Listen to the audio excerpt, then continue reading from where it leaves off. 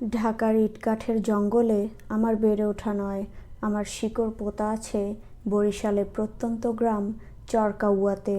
শহরে জীবনযাপন করলেও সেই গ্রামের স্মৃতি আজও আমাকে তাড়িয়ে বেড়ায়। বিশেষ করে একটি রাতের ঘটনা, যা আজও আমার কাছে অমীমাংসিত এক রহস্য। ভৌতিক, অলৌকিক নাকি শুধুই মনের ভ্রম তা আমি জানি না, তবে সেই রাতের শীতল ছায়া আমার জীবনের ওপর এমনভাবে পড়েছে যে তা থেকে মুক্তি নেই। 15 বছর আগের কথা। আমাদের গ্রাম তখন সভ্য জগৎ থেকে অনেকটা বিচ্ছিন্ন ছিল। বিদ্যুতের আলো সেখানে পৌঁছালেও বর্ষাকালে তা হতো এক বিরল অতিথি। টানা বৃষ্টিতে গ্রামের লাল মাটির রাস্তা পিচ্ছিল কাদায় ডুবে যেত। ধান ক্ষেতের মাঝ দিয়ে চলে যাওয়া সরু পথ আর তার দুধারে দাঁড়িয়ে থাকা লম্বা বাঁশঝাড়গুলো যেন বৃষ্টির শব্দে এক রহস্যময় ফিসফিসানি শুরু করত।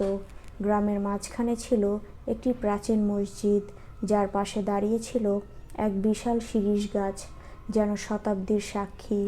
নদীর ঘাটে সপ্তাহে একদিন হাট বসত, যেখানে গ্রামের সমস্ত প্রাণের স্পন্দন একত্রিত হতো। কিন্তু কবরস্থানটা, সেটা ছিল গ্রামের সীমানার একেবারে বাইরে, বহু দূরবর্তী এক নির্জন জায়গায়। ধান ক্ষেত পেরিয়ে ঘন বাঁশঝাড়ের কোল ঘেঁষে এক বিশাল এলাকা। দিনের আলোতেও সেখানে যেতে মানুষ ভয় পেত, আর রাতের কথা তো কল্পনারও বাইরে। গ্রামের সবাই ফিসফিস করে নানা গল্প বলতো, অশরীরী কান্নার শব্দ, ছায়ামূর্তির আনাগোনা, কিংবা রাতের আধারে ভেসে আসা চাপা ফিসফিসানি। আমাদের গ্রামের সবচেয়ে সম্মানিত ব্যক্তি ছিলেন নাসির মিয়া। বয়স 80-র কোঠা পেরিয়ে গেলেও তার তেজ ও দয়া ছিল অফুরন্ত। নিজের খরচে একটি প্রাথমিক বিদ্যালয় তৈরি করেছিলেন। গ্রামের মানুষদের চিকিৎসার জন্য মাঝে মধ্যে দূর থেকে ডাক্তার নিয়ে আসতেন। এমন একজন মানুষকে সবাই খুবই শ্রদ্ধা করত। এক বর্ষার ভোরে খবর এলো নাসির মিয়া মারা গেছেন। সেদিন সকাল থেকে বৃষ্টি থামার কোনো নাম নেই। আকাশ ঘন কালো মেঘে ঢাকা। থেকে থেকে বিদ্যুতের ঝলক আর বজ্রপাতের বিকট গর্জন পুরো গ্রামকে যেন কাঁপিয়ে দিচ্ছিল। এই দুঃসংবাদ মুহূর্তেই ছড়িয়ে পড়ল, আর পুরো গ্রাম গভীর শোকে আচ্ছন্ন হয়ে গেল। সন্ধ্যার পর লাশ দাফনের জন্য সবাই কবরস্থানের দিকে রওনা হলো। লাশের খাটিয়া কাঁধে তুলে গ্রামের প্রায় 25-30 জন মানুষ যাচ্ছিল। মুরব্বির প্রতি শ্রদ্ধায় আমিও তাদের সঙ্গী হলাম। কবরস্থানে পৌঁছাতে হলে কাদামাটির পথ ধরে ধান ক্ষেত পেরোতে হয়।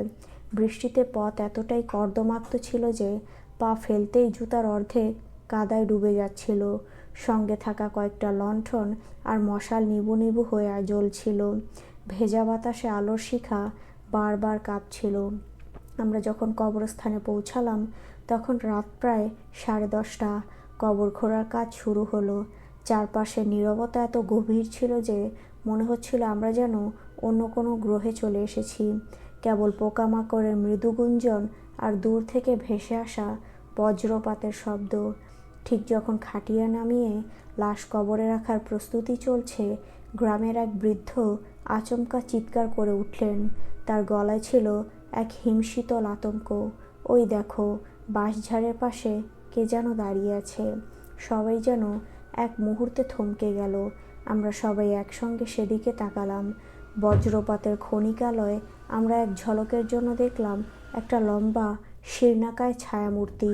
পরনে তার মলিন বস্ত্র, চুলগুলো এলোমেলো। সে মাথা নিচু করে মাটিতে কিছু খুঁড়ছিল। আমার বুক কেঁপে উঠল। আমার মনে হলো ওই ছায়ামূর্তিটি ধীরে ধীরে কবরের দিকে এগিয়ে আসছে। কয়েকজন সাহসী মানুষ দৌড়ে গেল সেদিকে, কিন্তু সেখানে পৌঁছে তারা হতভম্ব হয়ে গেল। কেউ নেই, শুধু ভেজা কাদায় গভীর পায়ের ছাপ আর মাটিতে কিছু টাটকা খোঁড়াখুড়ির দাগ। গ্রামের মানুষের মুখে কোনো কথা নেই। সবাই যেন একে অপরের মুখের দিকে ফ্যালফ্যাল করে চেয়ে রইল। বাতাস হঠাৎ আরও শীতল হয়ে উঠল, আর আমার সারা শরীর কেমন যেন হিম হয়ে আসছিল। কোনো মতে দাফনের কাজ শেষ হলো। বৃষ্টির ঝমঝম শব্দে সবাই ভিজে একাকার। লাশ মাটিতে চাপা দেওয়ার পর সবাই দ্রুত গ্রামের দিকে ফিরতে শুরু করলো, যেন সেখানে এক মুহূর্ত আর থাকতে চায় না। রাত যখন প্রায় 12টা, আমরা যখন নাসির মিয়ার বাড়ির কাছাকাছি পৌঁছালাম তখন হঠাৎ করেই এক নারীর করুণ কান্নার শব্দ আমাদের কানে এলো। সে কান্নায় ছিল এক হৃদয় বিদারক হাহাকার। প্রথমে ভেবেছিলাম হয়তো নাসির মিয়ার পরিবারের কোনো সদস্য কাঁদছেন, কিন্তু বাড়ির আঙিনায় পা দিতেই অবাক হয়ে গেলাম। ভেতরে সবাই নিস্তব্ধ হয়ে বসে আছে, কারোর চোখে এক ফোঁটা পানি নেই, অথচ বাইরের সেই কান্নার শব্দ স্পষ্ট শোনা যাচ্ছে। গ্রামের মানুষজন হতবাক হয়ে দাঁড়িয়ে গেল। সবার মুখে এক অদ্ভুত ভয়ের ছাপ। চারপাশে শুধু সে অদৃশ্য কান্নার শব্দ ভেসে বেড়াচ্ছিল, আর তার সাথে এক অদ্ভুত চাপা নিস্তব্ধতা। আমি যেন বুকের ভেতরে জমাট বাঁধা বরফ অনুভব করছিলাম। সে কান্না কোনো নির্দিষ্ট জায়গা থেকে আসছিল না, মনে হচ্ছিল যেন বাতাসেই মিশে আছে।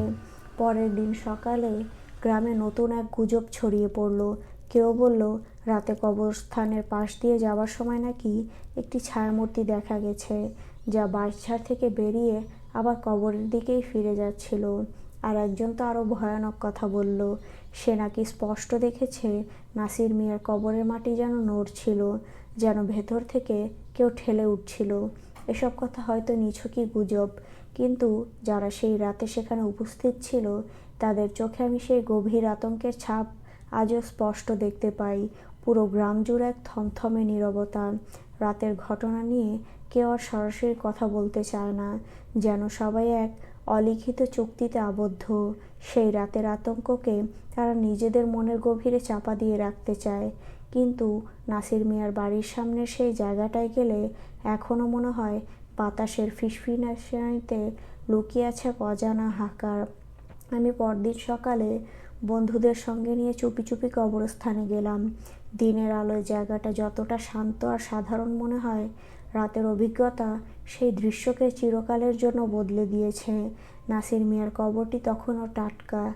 তার পাশে যেখানে সেই ছায়া মূর্তিটি মাটি খুঁড়ছিল, সেখানে কাদায় মানুষের পায়ের ছাপ এখনও স্পষ্ট। কিন্তু আমরা যা দেখলাম তাতে আমাদের বুক কেঁপে উঠল।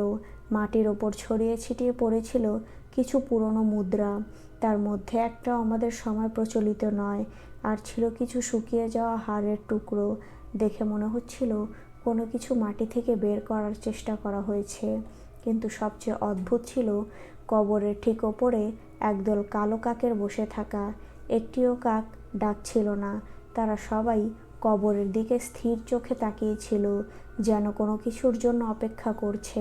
তাদের নীরব উপস্থিতি আমাদের মধ্যে এক অশুভ অনুভূতির জন্ম দিল। কয়েকদিন পর আমরা জানতে পারলাম নাসির মিয়ার পরিবার তার বাড়িতে কিছু পুরনো দলিলপত্র খুঁজে পেয়েছে। তাতে লেখা ছিল বহু বছর আগে গ্রামের এই কবরস্থানে একটি মন্দির ছিল।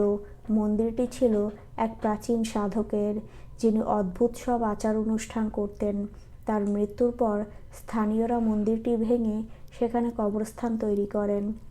এই তথ্য জানার পর আমার মনে এক নতুন প্রশ্ন জন্মালো।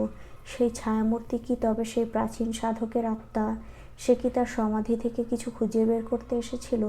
গ্রামের বয়স্করা বলতে লাগলেন ওই সাধক নাকি মৃত্যু নিয়ে গবেষণা করতেন। তিনি বিশ্বাস করতেন মানুষের মৃত্যুর পর তার আত্মা পুরোপুরি শরীর ছেড়ে যায় না, কিছু সময়ের জন্য সেই শরীরেই থাকে। তিনি নাকি এমন কোনো উপায় খুঁজছিলেন যার মাধ্যমে তিনি সেই আত্মাকে নিজেদের কাজে লাগাতে পারবেন। আজ আমি অনেক দূরে শহরের ব্যস্ত জীবনযাত্রায় অভ্যস্ত, কিন্তু সেই রাতের স্মৃতি আজও আমার পিছু ছাড়ে না। যখনই রাস্তায় কোনো লম্বা রোগা লোককে দেখি, অবচেতন মনেই আমার বুক কেঁপে ওঠে। রাতের নিস্তব্ধতায় কোনো দূর থেকে ভেসে আসা কান্নার শব্দ শুনলে আমার মেরুদণ্ড দিয়ে একটি শীতল স্রোত বয়ে যায়। হয়তো সেই ছায়ামূর্তি কেবল একটি দুঃস্বপ্ন ছিল, সেই কান্না কেবলই বাতাসের শব্দ। কিন্তু আমার মন বলে সেদিন রাতে আমরা যা দেখেছিলাম তা কোনো স্বাভাবিক ঘটনা ছিল না। কোনো এক অজানা শক্তি সেদিন কবরস্থানে উপস্থিত ছিল, যা নাসির মিয়াকে শেষ শ্রদ্ধা জানাতে আসা মানুষের মনে এক গভীর ভয় আর রহস্যের জন্ম দিয়েছিল।